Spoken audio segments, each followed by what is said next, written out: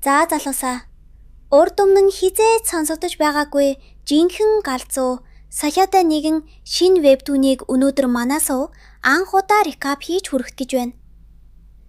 Зохиолын нэр нь бүр уртаас урт. Түүхэн дэх хамгийн хүчирхэг хүн мянган жилийн дараа өөрийн үр удам болж дахин төрөв.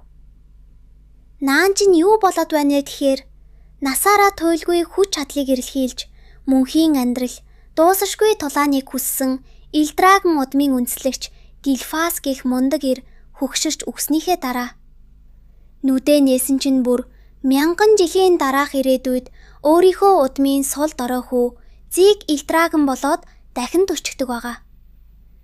Гэтэл нөгөө түүний байгуулсан агуу удам нь одоо цагт хамгийн хүчтэй нь л амьд үлдэнэ гэсэн хатуу хуйлтай.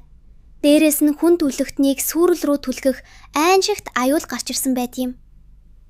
Өмнөх амьдрахтаа хүссэн тулаанаа хийж чадаагүй Гилфас харин ч үүнд нь баярлаж энэ удаа би хүч чадлын жинхэнэ дүсгэлийг өөрийн нүдээр харах болно гэд цосыг нь буцалгах шин дайснуудтайгаа яаж үзэж тарж бүгдийг нь арчиж байгааг одоо хамтдаа харцгаая. Хирагны академийн бэлтгэл сургуульд төсөөлшгүй хатуу бөгөөд хамгийн бага сурагчид ч хүнд жин өргөж амьсгалын техникээ барих гэж тамлагддаг байна. Бусд нь арай гэж тисэж байхад ганцхан хүү юр бусын хүчээрээ онцгойрон харагдана. Тэрээр бусад шиг энгийн тухай биш. Дээр нь асар том хадны хилтерхийнүүд давхарлан тайсан байх бөгөөд үүнийг нь харсан багш нь хүртэл шоконд орно. Тэдний мэдэхгүй зүйл гэвэл энэ хүү бол дэлхийн хамгийн хүчирхэг ир. Хирагны гэр бүлийг үндэслэгч Гилфус Лирагон бөгөөд тэрээр өгснийхээ дараа дахин төрсөн нь энэ байлаа. Гилфус нүдэ нээгээд нярай хүүхэд болчихсноо ухаан цачилдана. Иргэн тойрноо ажиглаад өөрийгөө драгон гэр бүлд дахин төрснөө мэдсэн бөгөөд яг энэ үед шивгчд хачин улаан шингэн тэрэгнээс гаргаж ирэв. Тэд эхлээд уг шингэнийг туршиж үзхийн тулд нэгэн гоблинд хүчээр улгахад өнөөх нь аимшигтай өвдөрт мэдэрч байгаад цусан аваа болон дэлбэрч архав. Энэхүү улаан шингэн бол эртний лууны цус байсан бөгөөд шивгчд түүнийг нь шингэлээд босод нялх хүүхдүүдэд уулгаж хэлхээ. Жиний ээлж ирэхэд тэрээр энэ шингэнээс аимшигт шид задарч байгааг мэдэрнэ. Босод хүүхдүүд шиг дэлбэрчгүй тулд шууд нулимж гаргах ёстой байсан ч Гилфус өмнөх амьдралдаа хүрч чадаагүй тулааны урлагийн оргилд хүрэхийн тулд лууны цусыг бүгдийг нь залхихаар шийдэв. Түүнийг маш тайван уухыг харсан шивгчд гайхагч үл тон өнгөрнө. Үүнээс хойш 7 жилийн дараа Гилфусыг Зиг Илдрагон гэж нэрлэх бөгөөд тэрээр цоцолтгүй бэлтгэл хийсний ачаар би энэ юр бусын хүчирхэр босныг мэдэрнэ.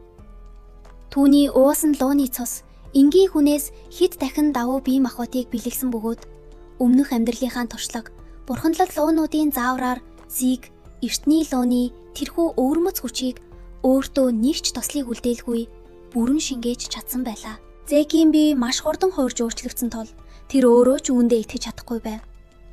Энгийн логикоор бол тэр одоо хамгийн багадаа 4 одны зэрэгт хүрэх ёстой байлаа. Од гэдэг нь тулаанчид өөрийн биеийг нэгэн ертөнц хэмээн төсөөлж дотор нь энергийг нэвтрүүлэн үүсгдэг хүчний хэмжүүр бөгөөд олон модтой байх тусам хүч чадал нь хэд дахин нэмэгддэг хуйлтай. Гэвч манай залуу өмнөх амьдралдаа дэлхийд хинч хүрч зүрхлээгүй. Цорын ганц 10 одны оргилд хүрсэн домогт тулаанч байсан мэлээ. Түүнийг дахин төрөөд аль хэдийнэ 7 жил өнгөрчээ. Энэ хугацаанд ээж нь бурхан болж аав нь ганц ч удаа зүсээ харуулсангүй. Түүнийг хамгийн их гайхшруулсан зүйл бол өөрийгөө хэдэн мянган жилийн дараах ирээдүйд төрсөн гэдгээ мэдсэн явдал байв. Гэхдээ үүнээс ч илүү Жиний дургуг хүргэсэн зүйл бол энэ эрэм үеийн зэрлэг дүрэн байлаа. Мянган жилийн дараах дэлхийн ертөнц яг л хүчтэй нь хүчгүйгээ барьж иддэг ширэнгэн он хуйлаар амьдардаг болчихсон байв. Үүний хамгийн тод жишээ бол өнөөх нялх хүүхдүүдийг тамалдаг лууны сорилт байлаа. Тэрхүү үхлийн тунг тисэж үлдсэн хүүхдүүдийг л лаган гэр бүлийн дайчин болгож бэлтгэдэг аж. Өнгөрсөн 7 жилийн хугацаанд зээгт саад болох ганц ч зүйл гарсангүй. Тэрээр гэр бүлийнхээ байлдааны бэлтгэлийн талаар юу байгааг таньдаж шивгчдээс асуухыг хичээх боловч тэд айсандаа юу ч хэлж зүрхлэхгүй. Ам нь үдэгдсэн мэт таг чимээгүй суун. Зэгийн харилцдаг өнөөх шивгч нь суур тулааны бэлтгэл хариуцсан 3 одны зэрэгтэй дайчин байв. Тэдэнтэй бүтэн 7 жилийн турш хамт амьдарсан ч иймэрхүү хүндий, хаалттай харилцаатай байсаар ирсэн нь манай залууг үнэхээр залхааж байлаа. Тэрээр гэрээсээ гарч ойн зүг алхан, биеэ хордуулах бэлтгэлийнхээ нэг хэсэг болгон хортой өвс урмал түүж идэнэ. Яг энэ үед Зэг хин нэгний оролцоог мэдэрч, эргэн хартал, эргэн тойронд нь харанхуй манан татсан ууртай зэрлэг гахаа гарч ирэв. Ийм хачин харанхуй манантай амтан 1000 жилийн өмнө огт байдаггүй байлаа. Тэдний дунд ширүүн тулаан өрнөх бөгөөд Зэг өнөөх гахаа руу маш хүчтэй цохилт өгөн газар онгоо. Түүний одоогийн түвшнийг харуул энэ цохилтын хүч үнэхээр гайхалтай байлаа. Гэр ердөө нэг одны зэрэгтэйч хамгийн гол нь түүний үүсгэсэн одны чанар нь бусдынхаас шал өөр. Хавьгүй өндөр түвшнийг байсан юм. Зэг үгсэн гахаал чирэн одоо л энэ газраас явж жинхэнэ аялалд гарах цаг нь босон гэж шийднэ. Гэвч түүнийг явах үед хажууханд нь нэгэн хачин нууцлаг ир отож бүх зүйлийг ажиглаж байсныг манай залуу хараахан мэдээгүй байв. Отож байсан нууцлаг ир Зэгийг зэрлэг гахааг хялбархан нухыг хараад жирийн хүүхэд биш гэдгийг нь шууд ухаарав. Зэг түүнийг анзаарсан ч гэр бүлийн тэргүүний хүү учраас хатуу хараа хяналтдор байдаг тул чөлөөтэй явж болохгүй байлаа.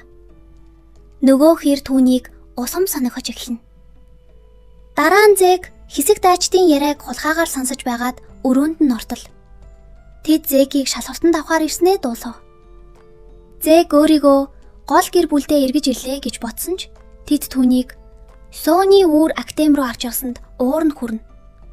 Энэ бол Срагн гэр бүлийнхний 7 нас хүрсэн хүүхэд бүр заавал эсэх ёстой тусгай сургууль байсан бөгөөд манай залууд өдийг хүртэл юу ч зааж өгөөгүй байлаа.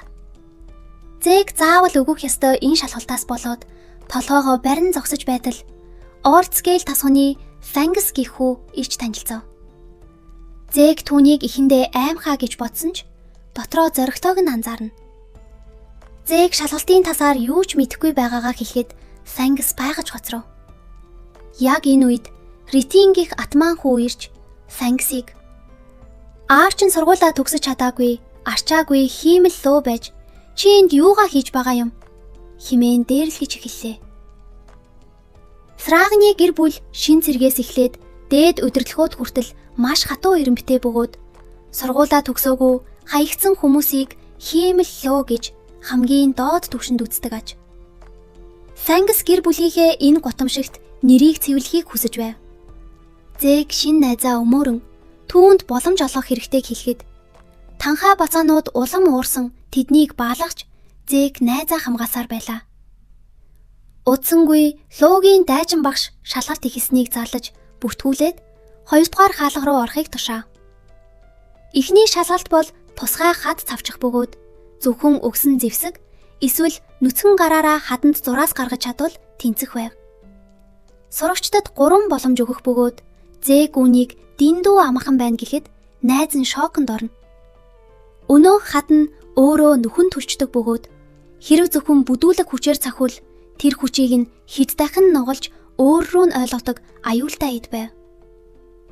Фангс хаданд зураас гаргахын тулд бие доторх эфир энергийг зөв эргэлдүүлж цохих ёстойг тайлбарлахад Зэг энэ нь тусааны урлаг гэхээсээ илүү энергийг өдөрдөх сорилт гэдгийг ухаарна. Бусад сурагчид тэр дундаа нөгөө атманууд хадыг зурж тэнцэж байхад олон гэрт дараалан хасагдж байлаа. Төгсгөлд нь манай баатар Зэгийн ээлж ирэхэд гэр ямар ч зэвсэг авахаас татгалзав. Шасарч багш түүнээс "Нүцгэн гараараа үзгэж байгаадаа итгэлтэй байна уу?" гэж гайхан асуухад Зэг юу ч босоогүй мэд тайван толгой тохид зогсно. Хүмүүс Зэгийн зэвсэггүй дайрахыг хараад унхан тодорхой гэж шивнэлдэж лангисч түнд санаа зовно. Гэвч Зэг хадыг шинжмэлцээ. Энэ нь 1000 жилийн өмнө байгаагүй хачин эрдэс болохыг ухаарав. Тэрээр гараа дасаж байгаад өөрийн Луугийн ангууч тулааны техникээр өнөөх нөхөн төлждөг хадыг юу ч үгүй үүрүүлэн цохиж шалгалтаа шууд тэнцлээ. Орчин тойрон таг чимээгүй болж Хянгас баялсандаа дуу олдно. Шалгарч багш. "Энэ хүү ямар нэг том язгууртны нууц хүүхэд юм болов?" 4 эсвэл 5 модтой дайчид л ийм зүйл хийж чаддагсан хэмээн сэжиглэнгүй ширтэнэ. Зээг шагнагтан өгсөн ногоон ундааны учрыг гайхахад Хянгас энэ бол ховор ургамал, бурханлаг араад нийцэн мөр хийдэг, шарах идгээж эфир энергийг огцом үсгдэг Сраган гэр бүлийн тусгай эликсир ундаа болохыг тайлбарлаж өгөв. Удсангүй атманууд тэнцэж Хянгасын ээлжвэлээ. Тэрээр ил дээр хадыг зурх гэж оролцсон ч сүүлчийн боломж хүртлээ бүтлгүүтэж танхаа бацаанууд түүнийг хиймэл лууны гүлэг гэж баалж гэлөө. Зээг түүнд илт биш жад сонгохыг зөвлөлөө. Хүмүүс Лангсыг анх удаа жад барьж байгаад нь инээлдэгч Хянгас өөрийг нь ганцаараа үсгсэн аавынхаа нэрийг цэвэрлэхийн тулд бүх хүчээ шавхаар шийднэ. Зээг түүнд олон юм бодлогүй, жадаа шууд урагш нэгц бүл гэж зөвлөв. Анх удаа жад барьж байгаа хүү нөхөн түлждэг хадыг нэгтгэх нь боломжгүй мэт боловч Хянгас өөрт нэгтгсэн Зээгийн урам зоригоор жадаа хад руу хүчтэй бүлөө. Гэтэл жад хадыг зүгээр нэг зурах биш, бүр нэгт сүлбэж орхилоо. Хянгас баярлсандаа нулимс тослуулж атманууд шоконд орно. Ингээд шалалт дуусаж эсэлтийн баяр эхлэхэд Сраган гэр бүлийн тэргүүн баярын үг хэлгээр орж ирэв. Зээг түүний баргал царайг хараад чангаар шүүмжлээд сандарсан Лангас амийг нь тарлахыг хичээнэ. Баярын эндэр дээр Сраган гэр бүлийн одоогийн хүчин цугсан байх бөгөөд тэдний дунд 6 одны зэрэгтэй дайчид цөөнгүй зайхаратна. Харин гэр бүлийн тэргүүн Балаа Илраг нь 8 одны зэрэгтэй байсан бөгөөд 1000 жилийн өмнө ийм түвшний тодоолаанж бүх дэлхийд ердөө хуруу дарам цуухан байсан юм. Сорд Балаа эндэр дээрээс "За залуусаа, нэг гой мэдээ дуулгая. Одоо та нарын үзэж байгаа энэ галзуу зохиолыг би MyToon сайтаас авч бэлтгэн хүргэж байгаа шүү. Тэгэхээр та бүхэн MyToon сайт руу орсноор зөвхөн энэ зохиол гихтгүй өөр маш олон сонирхолтой вебтүүнүүдийг монгол хэлээр маш өндөр чанартай унших боломжтой. Дээрээс нь хамгийн сонирхолтой нь MyToon.site-ийн secret буюу нууц болонд яг одоо YouTube-ийн цензурт хизээж өртөхгүй. Зөвхөн насанд хүрэгчдэд зориулсан 18+ ангиллын шилдэт вебтүүнүүд маш олон бүлгээр шинжилэгдэн орсон байна. Энэ бол энд үзэж байгаа зүйлээс огт өөр. Жинхэнэ хасуухан контентууд тэнд таныг хүлээж байгаа гэсэн үг шүү. Илрагооны мах цус болцгоо химэн үг хэлэх бөгөөд түүний гаргаж буй аура буюу сүр хүчний даралт нь дэндүү хүчтэй байсан тул шин сурагчид амьсгаж чадахгүй сандарна. Азар нэгэн Ахмадлогийн дайчин өөр амьсгалыг зөөллөж үг хийснээр хүүхдүүд арай гэж өөжөө амьсгаа авна. Утсангүй дайчид дотуур байрны хуваар хитийг зарлаа. Сууны үүр сургууль нь зүүн, баруун, хойд, өмнөд гэсэн 4 үндсэн байртай бөгөөд Зээг зүүн дотуур байранд хуваарлагдав. Тэрээр өрөөгөө хайж явсаар эцэст нь олж хаалгаа нийтэл шин өрөөний хамтрагч нь түүний ганц найз Хянгас байж тааран тэд бие биедээ баяр хүргэнэ. Хянгас маргаашнаас бэлтгэл эхлэн гэдгийг дуулгахад зарлал сонсоогүй Зээг гайхна. Үнэн дээр манай залуу энэ уйд хортой газраас зүхтэж Explorations нөхөн түлждэг хад эликсир ундаа зэрэг сонирхолтой зүйлстэй тааралцсан тул Срагны гэр бүл татгаа шийджээ. 1 сарын хугацаа өнгөрөв. Хичээл дээр Сраган гэр бүлийн 15 дахь тэргүүний зохиосон Хёгийн амьсгал техникийг зааж байлаа. 2 одны зэрэгт хүрсэн Леди Лейка зэрэг авьяастай сурагчид үүнийг аль хэдийнэ эзэмшсэн байхад Зээг ямар ч зааваргүйгээр уг техникийг төгс гүйцэтгэж багшигаа хангаалгана. Багш нь түүнийг гэр бүлийн тэргүүний авьяасыг шууд өвлөж авчээ гэж уулгаалтна.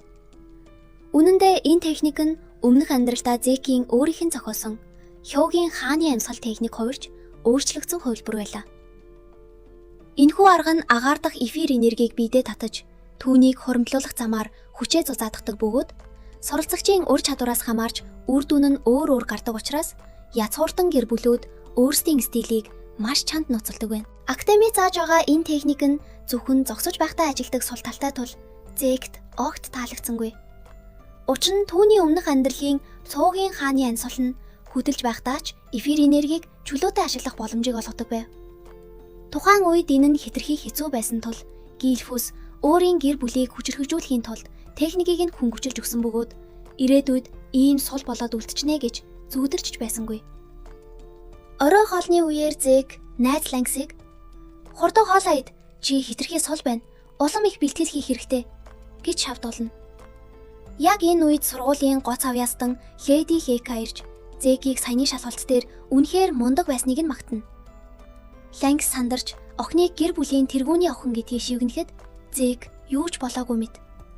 "Би ч гэсэн аавынх нь хүү шүү дээ" гэд тоосон шинжгүй хоолоо идэнэ. Хейка түүний энэ хэгжүүн занд усам татардаж "Чи нууц хүүхэд учраас чамд холбоотон хэрэгтэй. Миний туслах олжих. Дараа нь чамайг харамгүй шагнана" гэж өөртөө татахыг оролдоно. Бүр аавынхаа тусгай ундагаар хахуулдах гэсэн ч Зэг шууд татгалзав. Охин өөрсөж биеэсээ эфир энергийг гаргаж чадлаа гайхуулан томорсон ч Зэг "Би хэний ч доор орохгүй. Учир нь би хамгийн хүчтэй" гэж хариулна. Эндээ тэд бэлтгэлийн талбай дээр тулалтаар болж бүх сурагчид цугларна. Лангс охиныг Ларган гэр бүлийг дэмждэг 4 том мафийн нэг болох Цуст Тайфн бүлгийн цустай 7 хон настайч бүх техникийг эзэмшсэн сууд ухаантан гэж сануулна. Гэвч Зэг харин ч улам докторч байлаа. Хейка дараагийн босс болохын тулд Зэг шиг үсэлтөвчдийг замаасаа зайлуулахыг хүсэж байгаагаа хэлээд аврах том ил дээрээ дайрч эхэлнэ. Охины цохилт маш хурдан байсан ч манай залуу зүгээр л нэг ч хуруугаа хөдөлгөлгүй бүх цохилтыг нь хөнгөн бустаж орхино. Зэг түүнийг өөрийнх нь уулзсан нэг одтой тулаанчтаас хавьгүй дээр байгааг магтах бөгөөд дараа нь ганцхан цохилтоор охиныг газар унууж орхино. Тэрээр Хейкагийн амьсгал, бочингийн хөдөлгөөн, нүднийх нь харцаар хаашаа цохихыг нь шууд уншчихсан байв. Хейка бууж өгөхийг хүсгүй дахин дайрагч Зэг түүнийг зүгээр л газар чидэж орхино. Гэхдээ тэрхүү хүчтэй цохилтыг бие доторх эфир энергиэрээ тисэж үлдсэн охины тэсврийг манай залуу дотроо жаахан үнэлж амжина. Энэ үеэр сандарсан Лангс дундуур нь орж тулааныг зогсоох гэж оролдоход Зэг түүнийг "Хошоо байжээ" гэд ойртуулсангүй. Яг энэ мөчөд Хейкагаас маш хүчтэй аураас хазарч гинт 2 одны түвшинд хүрчин тэр. Энэ түвшинд хүрсэн тулаанч биеийн энергийг гадаршлуулж аура хэлбэрт оруулж чаддаг хуйлтай. Охин Зэг рүү харж "Намайг энэ түвшинд хүрэхэд тусалсанд баярлалаа. Гэхдээ одоо чамд ямар ч боломж байхгүй" гэж хэлээд маш хурдан хүчтэй цохилтоор дайрч эхэлнэ. Цохилт нь дэндүү хурдан байсан тул Зэгч бүрэн бусдаж амжилгүй хацартаа өнөгдөж орхино. Одоо Хейка өөрийн гэр бүлийн нууц техник болох аянгат сүнсний авраг ихний урлагаар тулалдаж эхэлсэн бөгөөд манай залуу үүнийг хараад уламж их довторч эхлэв. Охин аянгат довтлогоо, аянган гэлба, зэрэг ар араас нь залгасан аимшигт техникүүдэд суулна. Эхэндээ Зэг үүнд дуртай байсан ч удалгүй 2 одны хүч гэдэг зүгээр нэг одоор илүүгээс шал өөр. Түүний одоогийн ялах биед энэ их аянгамын цохилтыг тисэж үлдэхэд үнэхээр хүнд тусаж байгааг ухаарна. Охины хөдөлгөөн өмнөгшгөө энгийн байсан ч 2 од болонгууд техникүүд нь зүгээр л дэлбэрэлчиг хүчтэй болчихсон байр. Дээрээс нь охины биеийг тойроод аянган хавхнууд үүсчихсэн байсан нь мянган жилийн өмнө огт байдаггүй хачин чадвар байлаа. Зэг энэ хачин хүчний учийг олоогүй учраас хариу довтож чадахгүй зөвхөн хамгаална. Гэвч ийм хүнд байдалд орсон ч манай залуу инээмсэлсээр их байв. Энэ нь Лейкаг усам уурлуулж аянган цохилтуудаа маш ширүүнээр араас нь залгана. Зэг нилээд нүдүүлсэн ч хүл дээрээ зогссоор л байлаа. Лангс охноос зогсвыг гуйхад Хейка Зэгт хандан "Хэрв чи бууж өгөөд надад үнэнч байхаар тангарлал би зогсоё" гэж тулган шаардна. Гэвч Зэг шууд татгалзсан тул охин бүх хүчээ шавхан гэр бүлийнхээ хамгийн шилдэг нууц техник болох Тэнгэрлэг аянгаар Зэг рүү нэргэж орхив. Цохилтын дараа Зэг газар ямар ч чадхиу хэвтэж үлдсэн тул хүмүүс түүнийг ялагдлаа гэж бодно.